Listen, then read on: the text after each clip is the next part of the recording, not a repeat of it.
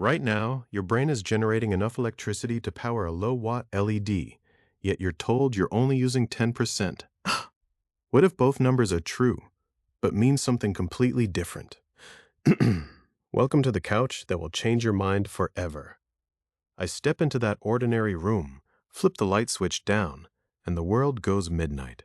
No fireworks, no dramatic soundtrack, just the quiet click of plastic on plastic. But then, a constellation ignites across my skull.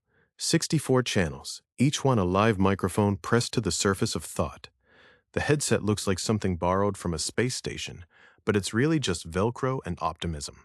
I sink into the couch cushions and feel their give, like the brain itself, soft, shock-absorbing, secretly electric. A laptop screen flares to life, painting the room in data blue.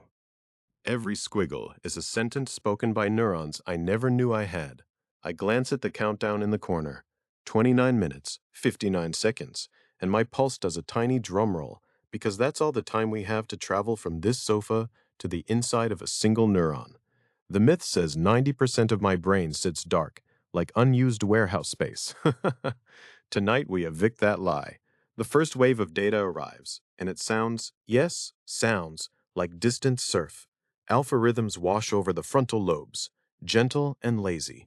Beta kicks in sharper, like a speed-typing secretary. Gamma flickers so fast it's almost a hum. Every region, yes, every, is already humming. No silence anywhere. I whisper to the screen, so where's the 90% hiding? It isn't hiding. It's just misunderstood. The EEG trace spikes the moment curiosity hits me, proof that a thought is louder than a scream. I feel the tingle of gel at each electrode, cool and metallic. A dog barks somewhere outside, and my auditory cortex lights up like a city at dusk. I haven't moved a muscle except to breathe, yet the motor strip crackles with readiness. That's the secret. The brain is never off, only waiting. The timer drops to 28 minutes, and the room feels smaller, like we're already descending. I reach for the mug, and the sensor graph erupts with intention. Every millimeter of movement plotted in colored fire. Yet my conscious mind barely noticed the plan. Most of the work happened backstage, a lighting crew I never thanked. I take a sip, bitter, bright, and taste buds ignite a tiny carnival. The visual cortex, bored by darkness, starts making its own movies. Phosphanes bloom and spiral behind my eyelids. I let them come, passengers on the express train inward. The couch beneath me feels less like furniture and more like launchpad. I remind myself that each LED on this cap is listening to a million voices at once, and every voice has a vote in what I'll do next. The timer ticks to 27 minutes, and I feel the countdown in my teeth. This is the moment we leave the living room behind. The myth of the silent 90% is about to collapse into a single glowing synapse. But first, we have to shrink ourselves smaller than thought itself. Ready? Because the neuron is calling, and it isn't waiting. The moment I agree to shrink beyond thought itself, everything folds. The neural corridor swells into a cavernous cinema, seats stretching away like synaptic clefts. A colossal silver screen flickers alive with the opening bars of every brain myth blockbuster you have ever watched. First comes Scarlett Johansson's voice. Well, the idea of her voice, intoning that we only use 10% of our brains. Then Bradley Cooper rattles a clear pill across a table, promising total cognitive activation. I can almost smell the popcorn and pseudoscience mingling. The images freeze, mid-flash, and the screen cracks open like an eggshell, spilling syrupy blue light across the seats. A second screen, smaller, slides in beside it, a real-time fMRI loop of my own brain while I merely twitch my left index finger. The scan lights up like a city at night, motor cortex blazing, cerebellum sparkling, frontal eye fields flickering, even the limbic system glowing in soft rose. I hear my own voice echo. That finger tap just recruited millions of neurons across 5 major lobes. Somewhere in the darkness, a neuroscientist clears her throat. Dr. Amari Singh appears on a third panel, crisp and calm, wearing a charcoal turtleneck that absorbs the scanner's reflections.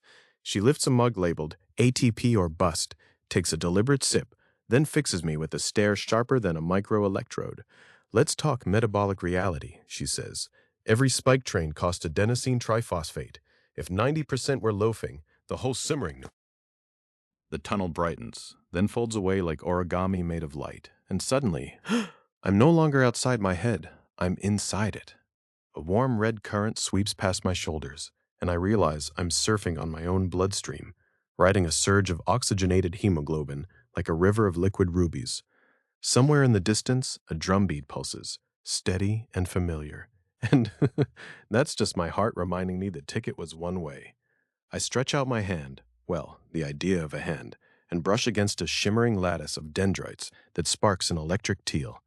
Each spark is a neuron gossiping with its neighbor, and the gossip is so fast it sounds like rain on a tin roof. Dr. Mari's voice drifts in from somewhere upstream, calm yet amused. Go on, she says. Imagine a melody. So I do. I picture the first 4 notes of a lullaby my mother used to hum.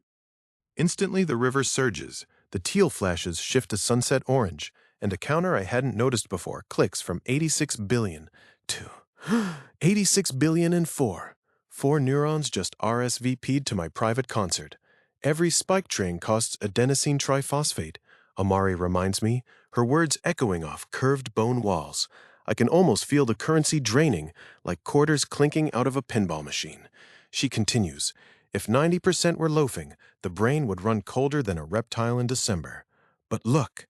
A soft glow rises from the banks of the river, revealing endless rows of neuronal city lights, all occupied, all busy. No ghost town here. So much for renting out unused mental real estate. I paddle toward a brighter cluster ahead, curious. As I approach, I hear a whispered choir. Motor cortex, online. Auditory cortex, standing by. Hippocampus, logging timestamps. The harmony is so precise it gives me goosebumps, even though, strictly speaking, I don't have arms right now. Amari appears beside me, not walking, just coalescing from stray photons, her charcoal turtleneck now iridescent with pulsing voltage maps. Your brain is already at capacity, she says, but capacity isn't the same as efficiency. Watch. She flicks her wrist, and the scenery lurches. We zoom down a tributary so narrow I have to flatten myself like a thought itself. Along the walls, glial cells, the brain's janitors, wave fuzzy arms, mopping stray ions with delight. I try to thank one, but it just blushes green and scurries off. Ahead, a fork. One branch glows steady, the other flickers like a faulty fluorescent bulb. Amari nudges me toward the dimmer path. That, she says, is where yesterday's fear lives. Still lit, still paid for, still taking up ATP. I feel oddly guilty for wasting energy on an old panic attack from a dentist's waiting room. We exit into a cavernous chamber where the oxygen river widens into a lake. Floating on the surface are translucent bubbles, each containing a memory. I spot one labeled First Bike Ride, another marked Burnt Toast Alarm, Tuesday. They bump gently like bath toys. Amari reaches in and plucks out the burnt toast bubble, rolling it between her fingers until it shrinks to a pinhead. Recalibration, she explains. Less toast, more bike. I wonder if I can swap calculus nightmares for saxophone solos. A gust of wind, pure thought, blows across the lake, and the counter overhead flips again. 86 billion and 12. 12 new connections forged in the silence between notes. Amari leans closer, voice low and electric. So tell me, narrator, she says, if every neuron is already on payroll, where do you hide extra talent? I open my mouth, but no words form, only a question mark made of glowing plasma. She smiles, the kind of smile that knows tomorrow's headlines. Next stop, she whispers, the editing suite. The door dilates, sucking us forward. As the light swallows me, I hear Amari's final tease echoing off calcium walls. Let's see what happens when we cut the blooper reel. The floor drops, and I'm falling, upward into silence thick with possibility. The elevator doors hiss open, and I tumble out onto a floor that feels like warm sandstone. Instead of the sterile laboratory I expected, I'm standing in a circular chamber, bathed in soft indigo light. Welcome to the triple engine room. Amari's voice crackles through hidden speakers. She's already at the center console, fingers dancing across what looks like a crystalline harp made of neurons. First rule of brain editing, always check the sound levels. A violinist steps from the shadows, bow poised over strings that shimmer like liquid mercury. The moment the bow touches down, my vision fractures into waves. The EEG headset they snapped onto me earlier begins screaming, not in pain, but in pure electric music. Alpha waves, those lazy river rhythms that carried me here, suddenly flatten like paper under a steamroller. And gamma? Gamma erupts like a supernova. That's your attention signature, Amari explains, her voice now tinged with wonder. Every time you truly focus, your brain stops daydreaming and starts conducting. Those gamma bursts, they're not random. They're tagging every synapse involved in this moment for permanent change. The violinist shifts into a higher register, and I feel my thoughts crystallize. It's like someone poured liquid concentration directly into my skull. Amari gestures toward a wall of monitors showing time-lapse footage from yesterday's experiments.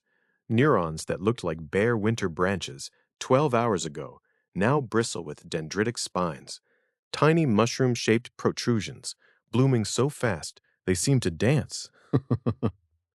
We call them brain flowers, she says. Each one represents a potential new connection, a fresh memory pathway waiting to be born.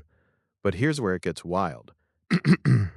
The footage jumps to nighttime recordings. Same neurons, same subject, but now the spines are moving in fast forward, 20 times normal speed, like watching ivy grow in stop motion. Sleep isn't rest, Amari whispers, leaning close enough that I can smell ozone from the equipment. It's rehearsal. Your brain takes every moment tagged by gamma during the day and plays it back at cosmic speed. Each replay strengthens the spines that matter and prunes the ones that don't. It's like having a master editor who works the night shift. The violinist finishes with a flourish that leaves the air itself vibrating. My gamma waves settle, but they don't disappear. They've carved channels through my mind, like rivers through stone. Ruka hiss? Ugh. That music just rewrote parts of your auditory cortex, Amari says matter-of-factly. Not metaphorically, literally. Those dendritic spines, some just became permanent residents. She leads me to a curved wall where 3 chambers glow softly. Above each, floating holographic text reads, "Attention, plasticity, sleep." These aren't separate systems, she explains. They're the triple engine. Attention tags the moment. Plasticity sculpts the change. Sleep cements it forever. Remove any one gear, and the whole machine grinds to dust. I reach toward the sleep chamber, and my hand passes through cool mist that smells faintly of dreams and old books. Inside, I glimpse the violinist's melody still echoing, now encoded as glowing neural pathways, replaying themselves in elegant loops. Amari touches something on the console, and the chambers begin to rotate, faster and faster, until they blur into a single luminous sphere. Ready for the final edit? She asks, her voice now coming from everywhere and nowhere. Because what happens next, we can't unsee. The sphere pulses once, twice, then splits open to reveal darkness deeper than space itself. From within, I hear a sound like paper tearing, but somehow I know it's the sound of my own memories being rearranged. One more chamber to go. Amari's voice fades as the darkness begins to pull. The one where we decide which version of you gets to wake up tomorrow. The darkness folds around me like liquid velvet, and suddenly, I'm shrinking. No, not shrinking. The world is swelling beyond comprehension. My atoms scatter, reassemble, and I'm inside the final neuron. A parameter of Titan, its soma glowing like a city, seen from orbit. The air here isn't air. It's pure possibility, humming with a frequency that feels like déjà vu turned inside out. Amari's voice is everywhere and nowhere, a murmur riding the ionic breeze. Welcome to Ground Zero, she says, where every thought you'll ever have is born in silence and thunder. I float above the axon hillock, a knoll of membrane no wider than a hair, yet it feels like standing on the edge of Everest. Below, voltage-gated sodium channels wait like coiled springs, each one a molecular mousetrap made of pure intention. It's quiet, too quiet. until the membrane dips by a mere 1/10 of a volt.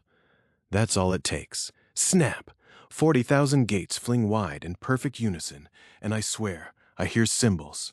Sodium ions flood inward, a silver avalanche, flipping the charge from -70 to +30 in half a millisecond. The axon hillock lights up like a struck match, and I'm yanked along for the ride, surfing an electrical tsunami racing down the axon at 120 meters per second. My metaphors are failing me. This is speed faster than thought about thought. The myelin sheath streaks past, glossy insulation flashing like freeway lanes at midnight. Nodes of Rivera appear as glowing pit stops where the signal renews itself, each leap amplifying the urgency. I feel every jolt, every ionic handshake, as the action potential barrels toward its destiny. Then the axon forks, branches, narrows, and suddenly we're at the synaptic terminal, a teeming harbor of vesicles. Picture champagne bottles stacked floor to ceiling, each one primed by molecular motors that hum like anxious violin strings. Calcium gates crack open, calcium ions pour in, vesicles slam into the membrane. Pop, pop, pop. Neurotransmitter fountains arc across the synaptic cleft, glittering clouds of glutamate released into the void. Each vesicle's cargo is a message, a memory, a vote, and tomorrow's version of me. I drift across the 20-nanometer gap, riding a glutamate molecule, no larger than a sugar cube, yet carrying more weight than any library. On the far shore, receptors snap shut around me like bear traps, and their twist sends ripples through the next neuron cytoskeleton. Actin filaments rearrange, microtubules pivot, the entire cell rescaffolding itself in real time. Amari whispers again, her voice threading the synaptic breeze. Watch closely, she says. This millisecond ballet plays out 86 billion times before you finish your next heartbeat. I try to breathe, but here there's no air, only awe. Every choice I've ever made, every word I'm about to speak, is being pre-chewed by silent voters I'll never meet. The realization tastes metallic. The new neuron shivers, summing its inputs, deciding whether to fire next. I hover, a ghost at the ballot box, wondering if my presence just changed the outcome. The absurdity hits me. I'm both the observer and the observed, collapsing my own wave function with curiosity. Then the membrane dips, barely, and I feel the next action potential gathering like thunder behind a curtain. I reach out, don't ask how, and brush the threshold. A single ion teeters, deciding which side of the fence it prefers. The neuron leans, hesitates. Amari's voice fades, replaced by a deeper silence that feels like the universe holding its breath. I realize the ride is almost over, but the story is not. Somewhere downstream, another neuron is already preparing its own champagne bottles. My 86 billion dancers have only just taken the stage, and the music is accelerating. I feel the darkness beginning to regather, tugging me back to scale. But something new flickers at the edge of perception. A signal that carries my name encoded in spiked timing. I lean toward it, desperate to know what version of me the network just voted for. I feel the spiral slowing, the neurons releasing me like a tide returning a shell to shore. Gravity settles back into my shoulders, and suddenly the couch is beneath me again. The same cushions, the same lamp casting the same amber pool across the room. But the air is different, charged with the afterglow of 86 billion conversations still echoing inside my skull. I lift the EEG cap from my head, and the electrodes release my scalp with a soft click, like tiny latches letting go. I glance at the monitor. The readout is calmer, yet paradoxically louder.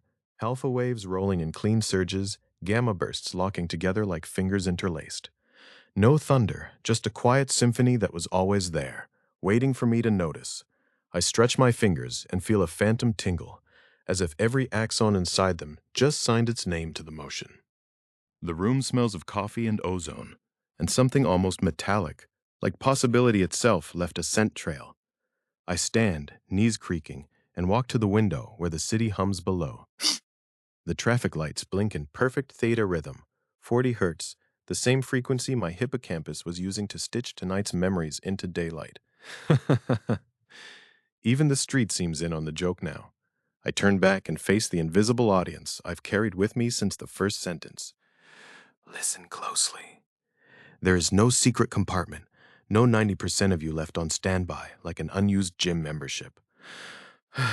There is only this moment, already lit by a galaxy you were born hosting, already conducting its own masterpiece in real time. Every time you pay attention, you tighten the orchestra. Every challenge you accept hands out new sheet music. Every night you sleep, the conductor pauses, reviews the score, and sharpens the baton. That's the upgrade, repeated nightly until the day you forget to show up. I roll my shoulders and feel the after-echo of 1,000 synapses, still singing. I am not back where I started. No one ever is. The couch remembers my earlier weight differently now, the cushions dented by someone who has walked the length of his own cortex and returned barefoot. I touch the EEG cap one last time. A single green LED blinks goodbye. The gesture feels oddly ceremonial, like lowering a flag at sunset. The device has done its job, not to reveal hidden powers, but to remind me the powers were never hidden, only unattended. I dim the lamp, and the room slides into indigo. My heartbeat keeps perfect 4/4 time with the radiator's soft tick. In the hush, I can almost hear the slow wash of cerebrospinal fluid cycling through ventricles, a tide that will rise and fall until the very last curtain. No spotlight remains, except the one inside your skull, reader, listener, co-conspirator. It never turns off. It only waits for you to aim it. And when you do, the room around you brightens, not because the world changed, but because you finally let your brain do what it has rehearsed since the day you drew breath. I take one last breath, tasting the copper finish of thought. The quiet is total now, yet inside it swirls a carnival of spikes and waves, ready for tomorrow's encore. I smile at the darkness, and the darkness smiles back with 86 billion tiny sparks. Remember, you are already 100% miracle. The rest is just rehearsal. And with that, the story ends where it began, on a couch in a room, in a mind wide open, forever upgradable, forever lit from within.